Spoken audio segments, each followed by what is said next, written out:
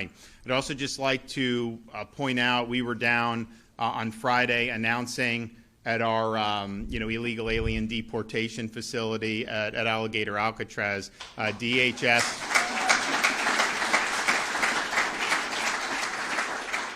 So this was basically just an airport there, and within record time they've built this, and now you've had hundreds of illegal aliens that have been flown out of there for deport. So that is underway.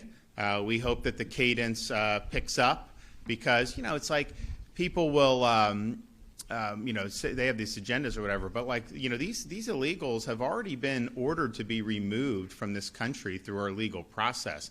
They have these orders of removal, and they're absconding, and they're not willing to follow the law, even when you've been adjudicated to have been in the country illegally. And I think that there's 750 to 800,000 nationally that are in that status. And in Florida, we think it's 50 to 75,000 illegals that have these orders. Now, obviously, Biden wasn't doing anything on that for 4 years, but some of these people may have been under even longer than that. I don't know. But the reality is if you don't support sending somebody back to their home country who came in illegally and it's already been ordered that they're violating the law and ordered to be removed, if you don't support that, then you are for an open border. And just admit it. Just tell everyone you want the open border. Let anyone who wants just to plow into our country, regardless of whether it's good for the American people. I reject that. That is not how a country can operate. The borders matter. The sovereignty matters. And ultimately, the question of who comes into the country is a question for the American people to decide. And they're free to enact an open border if they want, but they've never done that through policy. Because if politicians ran on that openly, they would lose in most parts of the country and almost any part of Florida. Maybe not Gainesville and a couple others, but most of them they would lose. So they don't do that. And so they use these catchphrases. They talk about we need comprehensive immigration policy, all that stuff, which is basically just code for amnesty and code for open border.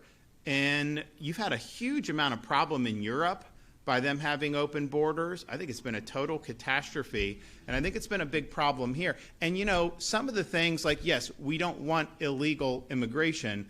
That's wrong.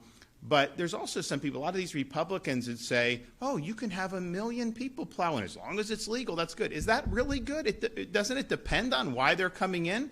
Like, for example, you have some of these tech companies, they're laying off all these American workers, and then they're importing H-1B visa people to work for cheaper. I think that's a total scam.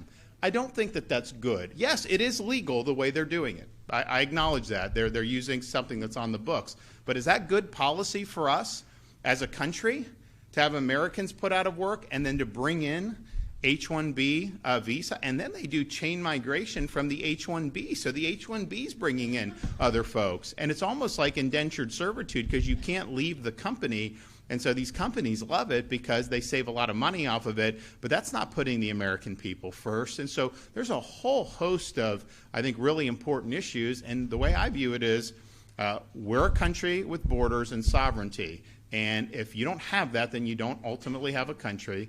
We, the American people, decide who comes and who doesn't. And you can do that however you want. American people have enacted through their representatives this H-1B. We're free to get that to be taken away. Nothing's wedded here, but that's what it's all about. And what you're seeing in Florida, we're the only state that has stepped up to lead to enhance these efforts for immigration enforcement and to increase the. And the thing is, you've had millions and millions and millions, maybe 10 million under Biden, maybe more, but certainly at least 7 or 8 million, come in illegally and from all over the world. Not just from Mexico or Central America. You had people coming from China. You had people coming from Iran. You had people coming from Russia. You had people coming from all these places. And it's like, okay, are all those folks just here because they want to have a picnic?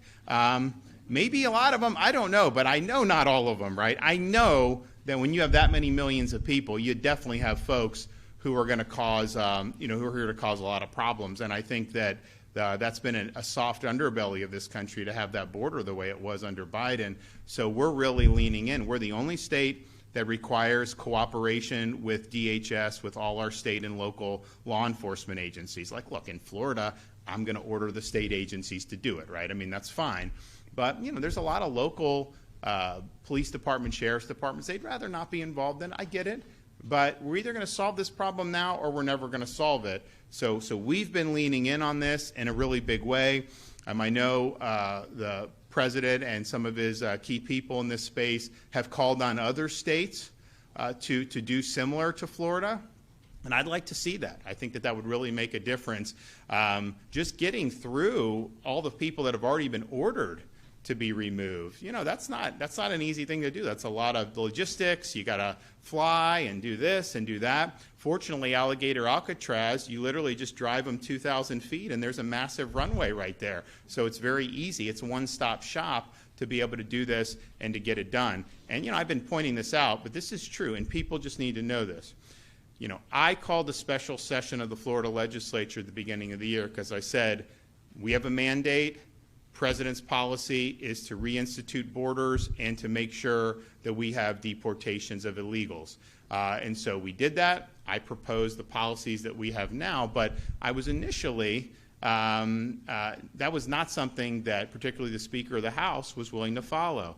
So they did this bill and they put it on my desk, Perez-Gruder's amnesty bill, and it would have made Alligator Alcatraz illegal in the state of Florida. It actually would have affirmatively shut down everything I've been doing and my administration's been doing to protect against illegals on boats from Haiti and Bahamas and all these different places. And it would have totally stripped the governor from being able to be involved in immigration enforcement at all. Well, guess what, guys?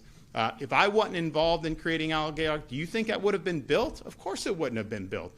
And so this is what happened, and I vetoed that legislation. But how is it that you have this massive Republican majorities, and then they're trying to kneecap one of the most important issues to the voters that elected us? And so, look, I think people are saying, oh, look at Florida, they're doing all this stuff. But understand, there's a lot of people that you elected who didn't want to see that happen, or at least voted in a way that wouldn't have done. And yeah, I vetoed it. We eventually got good legislation. But why did it have to even come to that? And I think that's a window into, this is why no other state has done this, right? Because these guys run for office, they talk about, oh, we're going to be tough on immigration, the border, and then they get in and they don't do it. And that's why we're the only state of 50 that's actually done what we've done. And I don't think there's another state that's quite frankly even close. Hopefully some will get on board here. But that's just kind of been the nature of it. And honestly, like, that probably would have happened to Florida. But you got me sitting here, and I'm not about to let that happen. And so we made sure that we're doing what's right. So I think you're going to see the cadence increase down there. I think you're going to see, rapid flights from DHS. We don't run those flights. DHS runs them.